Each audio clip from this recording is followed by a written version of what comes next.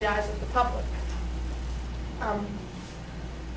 Being edgy and cool is important to our brand, so we will need to evaluate our marketing plan and listen to consumer feedback. In order to promote dialogue with our customers while at the same time building a stronger brand and encouraging internet marketing, we will continue to build out our web presence at www.solarflarebar.com.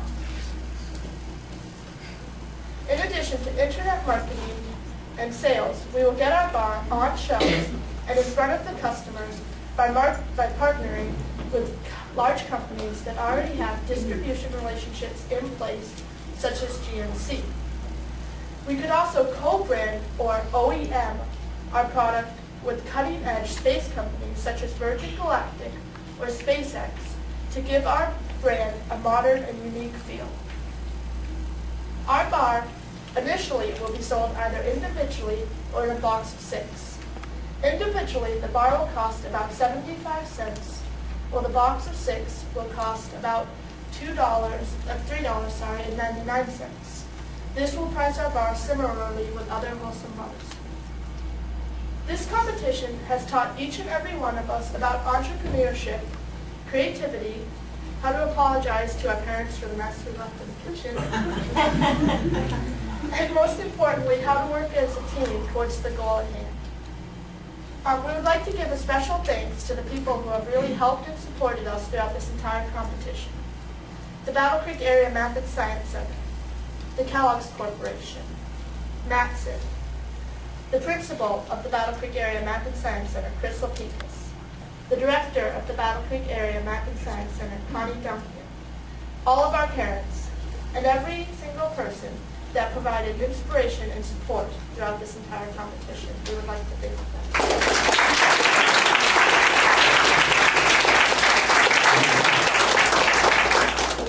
Does anybody have any questions?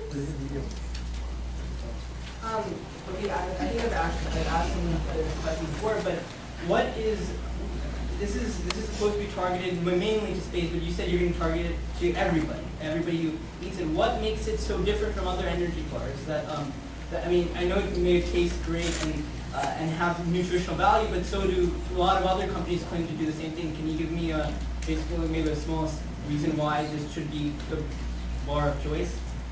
Well, like you said, our bar is nutritional. We have not too much protein, but we do have like 15 grams of protein in there. And of course, it still has a great taste, and it can also still satisfy you in a way. Also, it's something that was developed for NASA, and so it will always have the "I was developed for NASA" feel that makes people want to purchase it. Touche. Yes. How did you come up with your logo? Well, our original logo on our advertisement was just circles, and when we thought about our name, we decided flames was really cool, and so I pulled out my computer and pulled out GIMP and figured out what I could do with it, and I made that. Yes? How did you come up with the pricing for this? So how much are you actually making each bar? Well, that was just a rough estimate to keep our bar within about the same price range as other bars. We weren't sure on packaging or shipping or anything, so it was just a kind of guess. We don't know exactly profit-wise what we'll make, but if we go on later, I'm sure we'll figure it out. A main concern for a lot of investors is again the cost and how much they think this will sell and be successful. You said you don't know the production cost, but can you give another reason why it would be attractive to investors?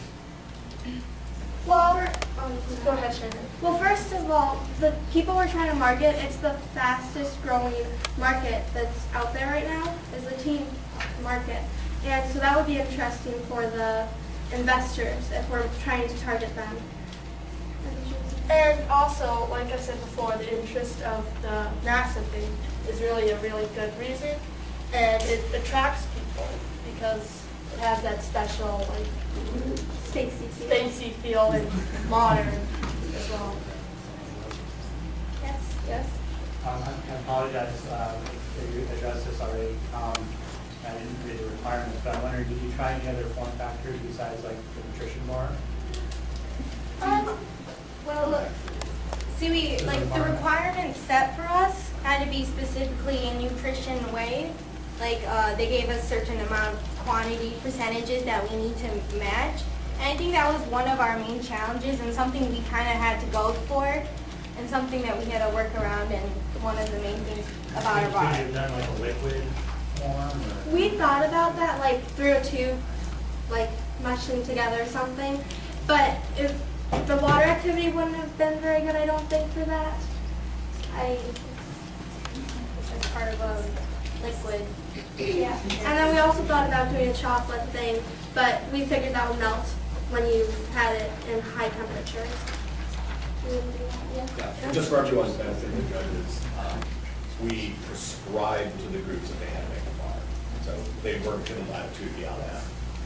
Good question, but. So when you guys were doing your research, did you try any other, or did you do research in terms of trying other bars for taste and texture that are already on the market? And if so, which ones did you think were a good model for what you guys wanted to do? And which ones did you think this is something we want to stay away from? Well, we took a look at granola bars and bars that we were trying to think that our bars could be like. And mainly that we stuck to granola bars because we thought that granola bars were good tasting and everyone else to like them. And when we tried a whole bunch. So we tried the Quaker Chewy granola bars, and we liked that one. And then the Nature Valley, that one crumbles a lot when we eat it. So we wanted it to be a little stickier than that, so it'll stay together better. And kashi bars, it has a natural flavor to it. It's all natural, Bare Naked is also kind of natural. And that's what we want our bar to be, a natural, rich, and great tasting bar. Yes. How does the bar specifically address the health needs of the astronauts when they're in space? Well, our bar has proteins. Yeah, it has a lot of protein, but yeah, it tastes great, and that can help with muscles and bone loss for the astronauts when they go out there. Also, the fruits, like the cranberries and the apples, provide good sources of vitamins and minerals. And also they give it more of a burst of flavor, so for the astronauts that don't, they lose their taste when they go into space. And the fruit gives it a burst of flavor when you eat it, so you get more of a taste as well. Yes. This would be a question that I could ask any group, but whatever, I'll just ask you guys. After doing this project, do you think it would be possible to make a bar without nuts? Because I personally I'm allergic to all nuts, and I know peanuts is a very common allergy. Almonds are a very common allergy.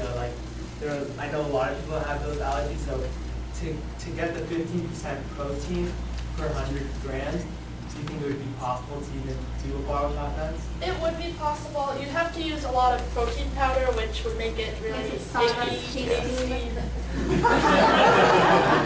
He's just really hungry, that's why. So I shouldn't be an astronaut? No, just pursue your dreams. There's probably another way to do it if you looked further into it. We just didn't take the time to think about the allergies because none of us have it, and so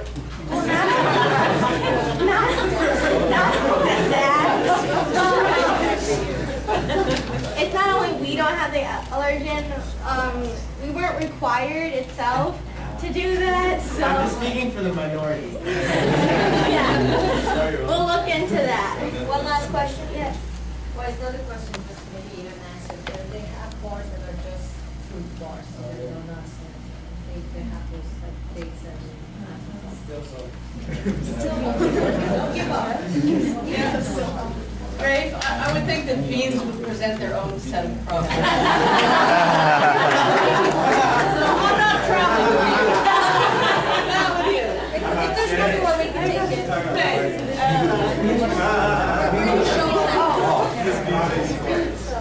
Why don't we ask the food guys? Come on, food guys. The answer is yes. There's several issues. One, it's become extremely costly. Number two, there are, in some of these forms of protein, they're like a sponge and they just wick up the water instantly. So it would be really, really dry. You'd have to compensate by adding a lot of oil to it.